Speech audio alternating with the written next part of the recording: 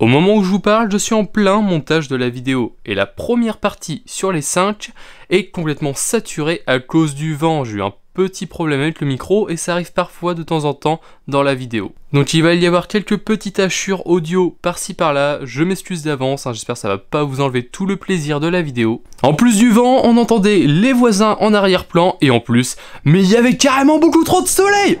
Enfin, vous allez comprendre.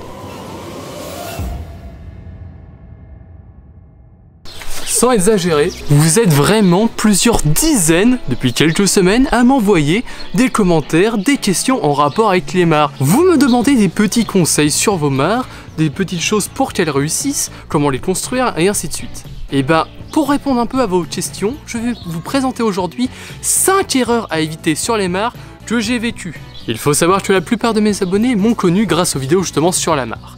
Eh bien, il faut savoir que la grande mare que vous adorez tant, contient pas mal d'erreurs. Cette grande mare a été creusée il y a plus de 4 ans. À cette époque-là, je m'y connaissais pas trop.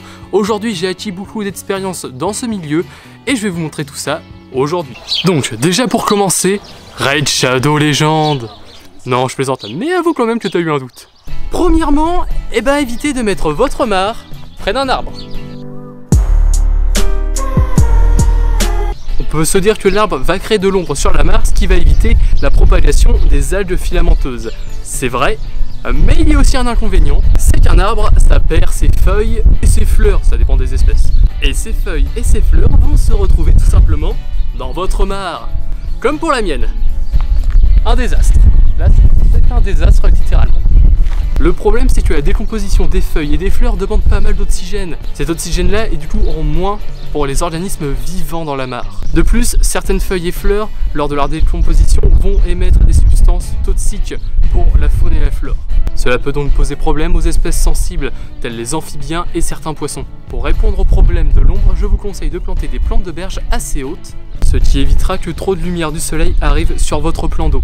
Deuxième point, quand vous creusez votre mare, ne faites pas une cuve. Faites plutôt des paliers.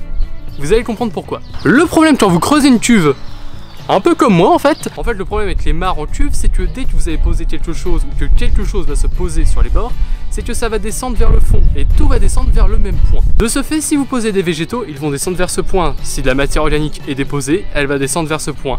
De ce fait, tout sera concentré. Ah, vache, il y a trop de soleil.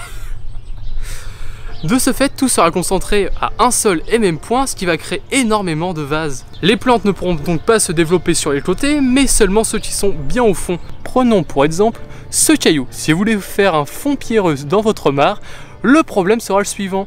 Si vous déposez un caillou sur le bord, voilà ce qui va se passer. Quand vous le mettrez dans votre mare, il coulera jusqu'au fond. Alors que si vous faites votre mare en forme de palier, attention, on se moque pas du dessin, voilà ce qui se passe.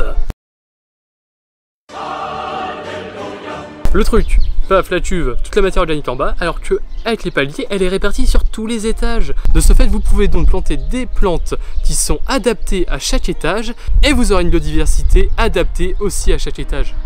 Pour la prochaine étape, on va essayer de grimper sur l'arbre pour avoir une vue globale de la mare. J'ai bien dit, on va essayer.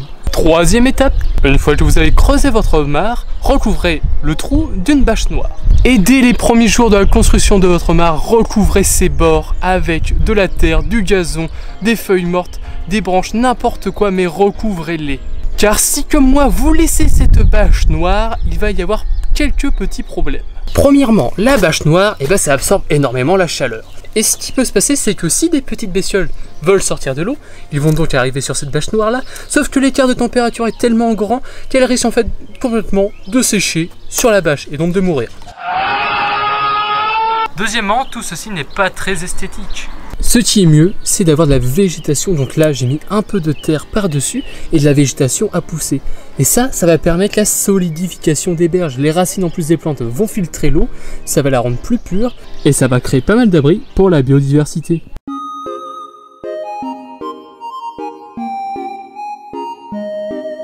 Quatrième point, mais là, qui va me toucher carrément en plein cœur. Les poissons. Il faut choisir. Soit tu as une méga bonne biodiversité, avec des amphibiens, des insectes de partout, soit tu as des poissons. Les poissons sont en fait des super prédateurs des mares. Ils vont manger tout ce qu'ils vont trouver. Œufs, larves, petits invertébrés, et etc.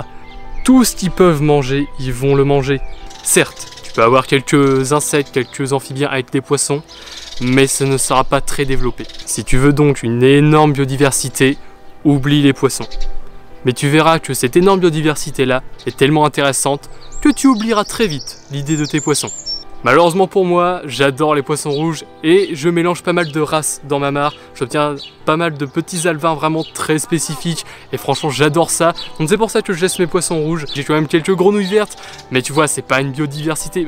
Si tu regardes ma mare, le fond c'est carrément désert, c'est vraiment un désert de biodiversité. Mais bon, j'ai choisi, mais toi aussi tu as le choix.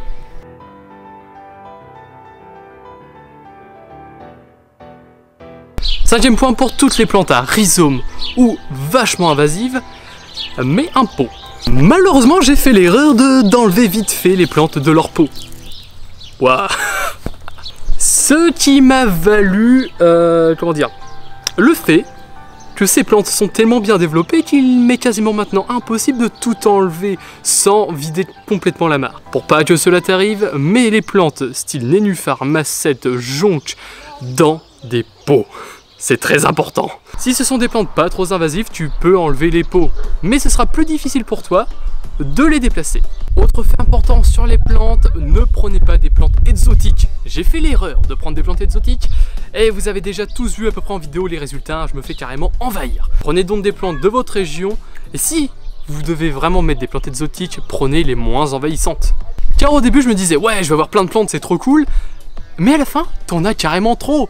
Et en fait, c'est carrément nuisible pour ta mare. Car la plupart des plantes invasives et exotiques vont rester qu'à la surface. Enfin, peuvent pousser du fond vers la surface. Mais en gros, ça va créer une sorte de barrière. Plus aucune lumière arrivera au fond. Et tout ce qui sort au fond, la biodiversité mourra. Donc, fais très attention. Ce que tu peux faire, c'est tout simplement aller voir des mares naturelles près de chez toi et prendre quelques échantillons de plantes que tu trouveras là-bas. Attention, ne prends pas tout, c'est pas forcément toujours légal en fonction de l'espèce, donc fais très attention à l'espèce. Si c'est légal, tu peux en prendre un tout petit échantillon et le mettre dans ta mare. Tu verras, ça va se développer très vite. Conclusion, ma mare n'est pas forcément un très bon exemple, mais j'espère que j'ai rectifié un peu le tir en vous apprenant certaines choses. Je fais ce que je peux avec ma mare, hein. J'essaie de rectifier un peu comme je peux mes bêtises, mais j'arrive quand même à obtenir un assez bon résultat. Et évidemment, chaque mare... Oh, il y a trop de soleil. Évidemment, chaque mare est différente. Vous obtiendrez tous des résultats différents. Si je n'ai pas tout dit dans cette vidéo, si vous avez encore des questions, n'hésitez pas à les poser en commentaire ou sur les différents réseaux sociaux de la CPN qui sont en description. Je vous y répondrai, je serai à l'écoute. N'hésitez pas, franchement, parce que j'adore faire ça. Donc, merci d'avoir regardé. On se retrouve pour de prochaines vidéos. Allez, salut!